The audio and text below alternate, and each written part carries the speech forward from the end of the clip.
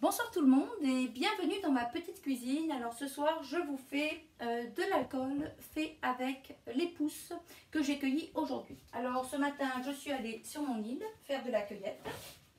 Alors ici on voit les pousses, c'est une cueillette de 3 heures. Alors on peut voir que certaines pousses sont quand même assez grandes. On ne peut pas lactofermenter de grandes pousses. En général on lactofermente vraiment les bourgeons. Mais pour faire de l'alcool ça serait correct. On en a aussi des petites. Voilà. On peut faire des macérats huileux, on peut faire toutes sortes de choses avec des pousses qui sont de cette taille. Alors, l'épinette noire, on la reconnaît, c'est très facile, parce qu'elle est très différente par sa forme et par sa couleur. Alors déjà, dans une forêt, moi je trouve qu'on la reconnaît par sa couleur, quand on regarde de loin, mais on la reconnaît aussi par sa forme, parce que c'est un grand fouet. Donc elle est vraiment, elle n'est pas très large, elle peut faire 5-6 mètres, mais elle va être très haute, puis elle est à peu près partout pareil. Sauf sur le haut vraiment. Mais donc c'est très facile à reconnaître. Elle est un des symboles de notre forêt boréale parce qu'elle résiste au froid. Elle est souvent mélangée avec l'épinette blanche, le sapin baumier, le mélèze. Donc c'est des essences que je vais retrouver toutes sur ma petite île. L'épinette noire, elle a ses bourgeons en décalage par rapport à l'épinette blanche. C'est à peu près 2 semaines après que les bourgeons de l'épinette blanche sont sortis. Les bourgeons de l'épicéa commencent eux à être disponibles. Bon, moi au niveau de l'île j'ai un microclimat, donc j'ai encore un décalage par rapport à cette cueillette. Donc ce matin j'ai été cueillir. Alors j'ai beaucoup de gens qui me disent: Claudia, comment tu les laves? Ben non, je ne les lave pas. Je ne les lave pas du tout, je sais où je cueille, l'île est accessible uniquement en kayak et quand je cueille, je fais attention aux parties que je cueille. Donc vous voyez que la cueillette est vraiment belle et propre déjà. Donc après, par la suite, qu'est-ce qu'on fait? Alors pour faire de l'alcool, on dit qu'il faut à peu près entre 200 et 300 grammes de bourgeons par litre d'alcool. Alors l'année dernière, j'ai fait 250 grammes, je l'ai fait avec le sapin baumier, ça a donné un alcool qui est quand même très fort. Ici c'est juste de l'alcool avec mes pousses qui ont macéré et j'ai beaucoup aimé. Alors dans un gin tonic c'est très très bon, on peut le mettre sur une glace à la vanille sur le dessus, il y a différentes utilisations et j'ai beaucoup apprécié, donc je vais refaire la même recette.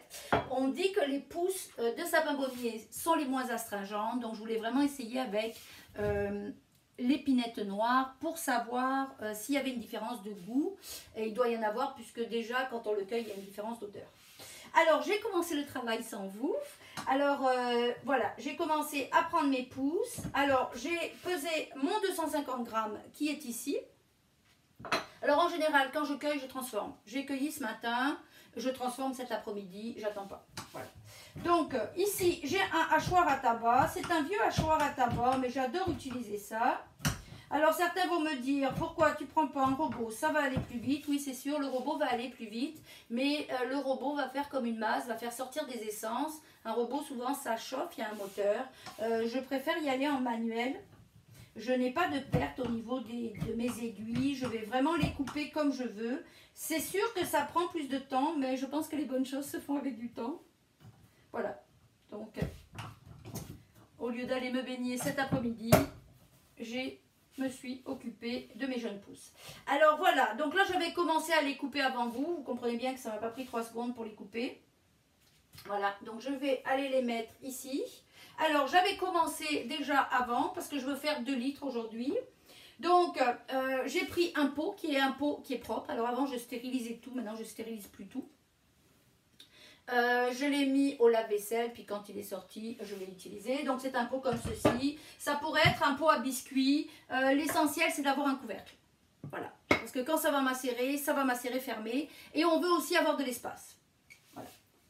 Donc, j'ai utilisé ce pot parce que je vais faire un 2 litres. Donc, une fois que je vais avoir coupé toutes mes jeunes pousses, voilà, donc là je vais aller récupérer. Donc là c'est sûr que je vais réitérer plusieurs fois la même opération, c'est-à-dire que je viens ici, puis je vais recommencer à couper tranquillement, petit à petit. Alors des fois on a des petites araignées qui se sauvent. Alors quand je cueille bien sûr avec des gants. Je cueille aussi avec un chapeau parce que je me fais attaquer. Mais voilà, c'est le prix à payer de la cueillette. Alors ce matin, j'ai cueilli en bordure d'eau parce que les épinettes noires sur ma petite île sont en bordure d'eau. C'était magique. Le huard est venu me saluer plusieurs fois. Voilà. Donc, le même mouvement, je vais aller toutes les découper, les couper en petits morceaux, les hacher et les mettre à l'intérieur. Et je vais mettre 1 litre d'alcool. Donc, j'ai déjà fait une première préparation. Et là, je suis dans ma deuxième préparation pour un deuxième litre d'alcool. Alors, je prends de l'alcool à 94%. Et qu'est-ce que je fais? Je le coupe, c'est-à-dire que je vais aller mettre 500 ml d'eau et je vais aller mettre 500 ml d'alcool. Donc j'ai déjà préparé mon eau qui est ici, mon 500 ml d'eau, voilà. Et là, je vais aller mettre mon 500 ml d'alcool. Vous me direz, Claudia, pourquoi tu fais 2 litres? Pas grand monde qui aime ici à la maison à part moi, mais c'est pas grave, je trouve que ça s'offre facilement. Moi, je trouve ça fabuleux, mais c'est sûr que je ne vais pas tout boire. Alors, vous pourriez aller utiliser ce qu'on appelle des alcools à fruits, des alcools qui ont jusqu'à 40%, ça va faire l'affaire. Donc voilà, je vais aller mettre mon 500 ml, voilà.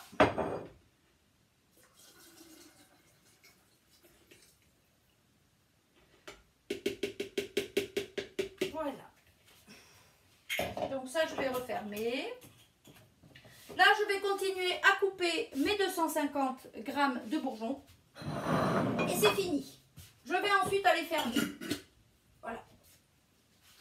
Donc j'ai mon alcool et j'ai mes pousses. Ça sent super bon déjà. Voilà. Alors qu'est-ce qu'on fait après? On le laisse macérer. Alors il y a certaines personnes qui le laissent macérer 3 jours. Il y a des recettes où ils le laissent macérer 10 jours. Alors moi l'année dernière j'ai pris... je ne me rappelle plus le nom du blog, faudrait peut-être que je le recherche pour le citer. J'avais juste copié la recette à la main. Et la personne qui était en France, qui était dans les montagnes, expliquait cette recette et disait qu'elle faisait macérer 40 jours au noir. Et c'est ce que j'ai fait l'année dernière. J'ai laissé macérer 40 jours dans le sombre, dans mon sous-sol, dans une température entre 15 et 18 degrés. Et les résultats ont été fort bons. Donc cette année, je vais faire la même chose. Voilà. Mais vous pourriez très bien laisser macérer 3 jours, 10 jours et voir ce que vous préférez au niveau du goût. Voilà. Alors, une fois qu'on a fini la macération, c'est-à-dire dans 40 jours, je pourrais vous refaire une vidéo dans 40 jours. Qu'est-ce qu'on fait? C'est très simple. Alors, on prend une passoire. Alors, moi, j'ai des passoires partout parce que je suis toujours en train de filtrer. On prend une passoire. Et on va aller filtrer. Alors ça, c'est une passoire de grade alimentaire et qui a un filtre Atami qui est vraiment très petit. Il ne laisse pas passer mes aiguilles que j'ai hachées. Mais vous pourriez aller mettre un tissu tout simplement ou faire, si vous avez une simple passoire, vous faites un premier passage où vous enlevez le plus gros et dans un deuxième passage, vous mettez un tissu en coton et vous allez filtrer une deuxième fois. Votre alcool sera alors prêt. C'est exactement ce qu'on a ici. C'est-à-dire juste de l'alcool avec les jeunes pousses qui ont macéré. Vous mettez une étiquette et vous mettez la date. Par la suite, on peut aussi faire une liqueur avec du sucre. Donc ici, vous voyez, c'est une liqueur que j'ai faite. Alors pour la liqueur, ce qu'on fait, c'est qu'une fois qu'on a obtenu le macérat qui a été filtré, on obtient un jus. On va aller faire un sirop perlé. Alors, le sirop perlé, c'est le sirop qu'on fait, c'est entre 150 g et 300 g par litre de macérat obtenu. Alors, si vous aimez beaucoup le sucre, vous pouvez mettre 300 g. Si vous faites attention au sucre, vous irez mettre 150 g. Ça dépend de vos goûts. Là, vous faites un sirop perlé. Alors, vous irez voir ce qu'est un sirop perlé. Moi, j'ai l'habitude de faire des sirops, donc ça ne me pose pas de problème. Mais c'est très facile à trouver. Donc, vous faites un sirop perlé. Et quand vous avez le sirop perlé, vous allez jeter le macérat dedans et vous éteignez immédiatement. Vous attendez que ça refroidisse et ensuite, vous mettez en bouteille et fermez de façon hermétique. Bon, lui, c'est le dernier, c'est tout ce qui reste. Et lui est gardé au frigidaire. Puis, j'aime bien la bouteille, elle est sympathique. Puis pour mettre sur des gaufres ou pour mettre sur des crêpes, c'est excellent. Avec des fraises même, c'est très bien.